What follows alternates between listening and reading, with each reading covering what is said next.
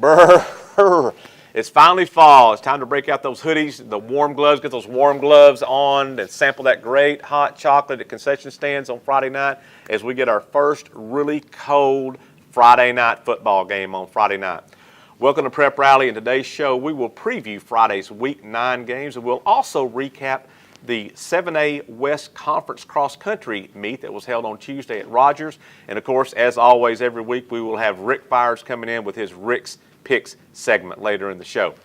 So as we move into the end of the regular season in the 7A West, we know what two teams are going to get their first-round playoff byes. That was decided last week as Bentonville, both of those teams, Bentonville High, Bentonville West, they have locked down the number 1 and number 2 seeds in the playoffs. Now, we don't know which team will be number 1 and which team will be number 2, and that won't be decided until the final Friday night of the season when those two have this all-Bentonville showdown at Tiger Stadium in Bentonville. But we know already that those two teams will be the 1 and the 2, and they'll get first-round playoff byes in the first week of the playoffs. Fayetteville, they took a big step toward that coveted number 3 seed. Last week they knocked off Springdale Harbor.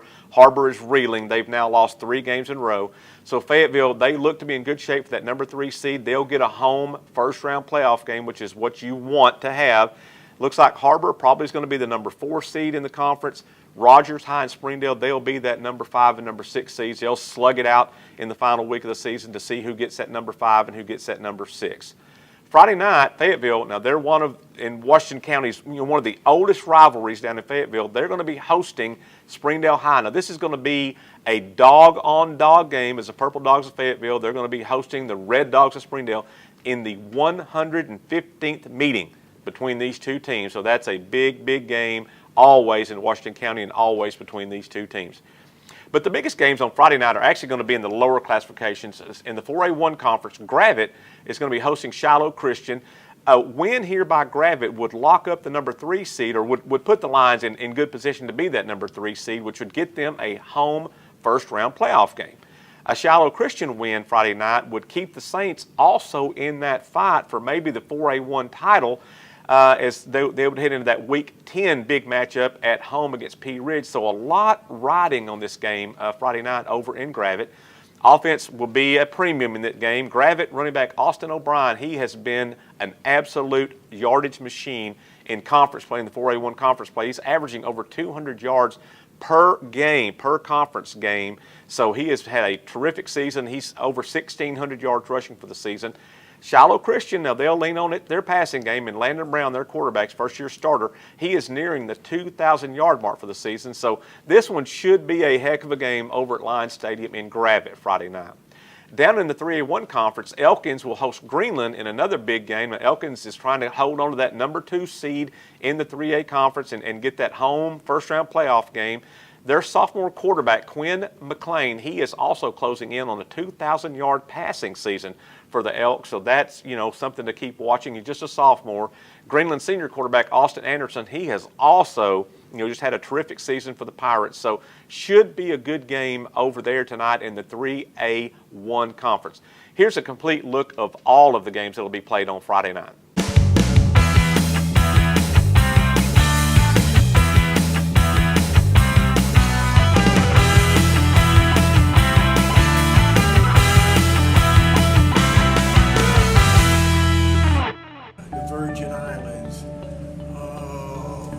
Casablanca, is that an island? I don't know, but warm weather.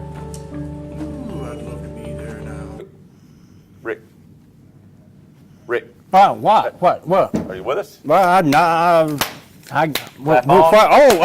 Okay, yeah. It's time for Rick's Picks. Okay, Rick, yes. What do you got for us this week? He brings it every single week. Rick, this is my time of year. I love the cold weather. Looks like you're Come from Windy City, just from the Windy City of Chicago, Illinois, where the wonderful Bears win again. Hey, let's go to high school football. I'm only interested in 2 games, 7A. Rogers Heritage at Bentonville. Rick's Picks, Bentonville. Absolutely. Bentonville West at Rogers High. Everybody wants, but not everybody, but I want Bentonville West over Rogers, because that sets up the big, huge showdown in Benton County. Absolutely. Week 10, the 2 Bentonville teams. I don't want to be in the middle of that. It could be nuts. It could be crazy. Hey, so let's, you mentioned Shiloh Christian Gravette. gamblers like yourself, when you used to gamble when you was young, try to make a little money till you wised up and figured you couldn't do that, called it a trap game. But Gravit's too good to be a trap game. Correct. Shiloh Christian has a chance, if they get past Gravit, to play for a share of the championship against P. Ridge at home. But you got to take care of business first. Jeff Conaway, Shiloh Christian coach, said Gravit's certainly a dangerous team. We've got to play our best football this week. I think they will. I think Shiloh wins that game, sets up a big showdown with P. Ridge the following week. Yes, at home. All right, Dardanelle, the Sand Lizards at Ozark. Jeremy Burns is, the Sandler. Jeremy Burns is a laid-back guy, but I think he really lit into his team last week. They were behind 21-0. He came, what we call in the South, the come to Jesus meeting. Ozark's coach. Yeah, the Ozarks coach. Come to Jesus meeting, and he got a little heated, especially from the parents. Yeah, absolutely. So I think even though, Ozark is good, but Dardanelle, they lost last week to Boone by 1 point. Yes. I think their Sand Lizards are fired up. However a Sand Lizard gets fired up, I don't know. I don't know what they do. They do fire like dragons? I think so. Maybe. But they play Mountainburg. Yeah, absolutely. So I think I'm going to take Dardanelle in that game. Let's go to 3A. Now, before we go, the 4A1 conference gets a lot of publicity, and they should, because last year had 3 teams in the Final Four. But you know what? That 4A4, when you got Ozark, Dardanelle, Boonville, those are good teams down there. And so absolutely. playoff times come, those are going to be tough outs in the 4A playoffs. You can count on that. Everybody knows about Warren and some of the teams in southwest Arkansas, but these teams up here in the River Valley and northwest Arkansas really come on the last few years. Yes. So it'd be interesting to see them in the playoffs. All right, let's go to 3A. Greenland at Elkins. Elkins had to go that long trip. I mean, it takes like 6 hours to get to Melbourne, and on the way home, they went to Australia? No, Arkansas. Oh. Yeah. Wow. It's almost like going to Australia. Yes. And it's dangerous coming back with all the critters and a little rain at night. So they went up there, won that game. Now they got the next 2 games at home. So they're trying to nail down that number 2 spot, because it looks like Clinton's going to win that one. So they're home against Greenland.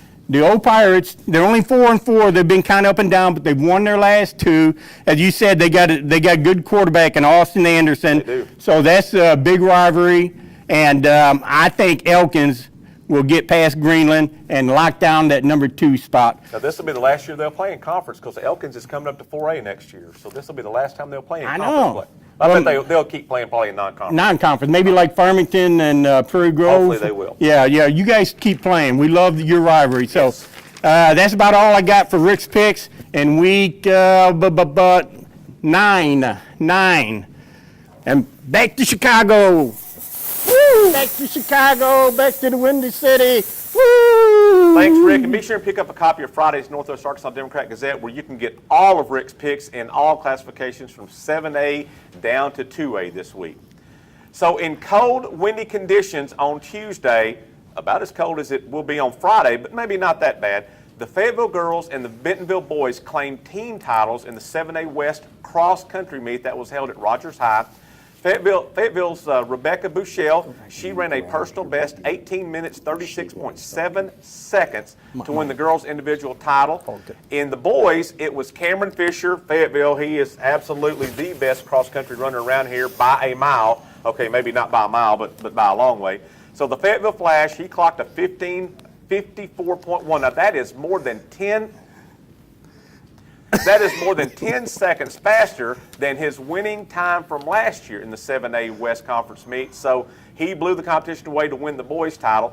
Bentonville won the boys' team title. They had 4 runners placed in the top 10 to win the title. Henry Apple covered Tuesday's meet for the NWADG. Rebecca, quite a race you ran today. Let's hear from your side of the story. What was it like out there today? It was a little windy, but it was fun running against some good competition. Girls from Rogers, Heritage, Rogers, Bentonville, they all pushed me, helped me get a PR, and I'm couldn't be happier with how it turned out. Quite brutal conditions out here with the wind and all. How did it affect your race today? I mean, coming into this, we kind of hoped to be a lot better conditions than it is, because we wanted to run good times, kind of prep for state. But with these wind conditions like this, I mean, I don't know. It definitely threw us off, especially out there in the open fields and stuff. We could feel it. it slowed us down. It changed our strategies a little. So. Thank you, Henry. Now, the state cross-country meet will be held next week. It'll be held on Friday down in Hot Springs. Now, this year, the meet is on Friday rather than on Saturday, and it'll be for all classifications from 7A down to Class A. So that, again, will be held on Friday. We'll have complete coverage next week on that Saturday edition of the Northwest Arkansas Democrat-Gazette, so be sure and catch that. So that's it for today's show. Thanks for watching us. Now, be sure for more prep coverage, you can check out the Northwest Arkansas Democrat-Gazette daily, as we have more prep coverage in the daily newspaper. We also have lots of coverage online at nwadg.com as well as arpreps.com. Also follow our reporters on Friday nights and at all the events that they cover on Twitter for live updates throughout the game. You can stay on top of what your team is doing almost play by play as we bring you the live tweets from every game. Thanks for watching, and we'll see you next time on Prep Rally.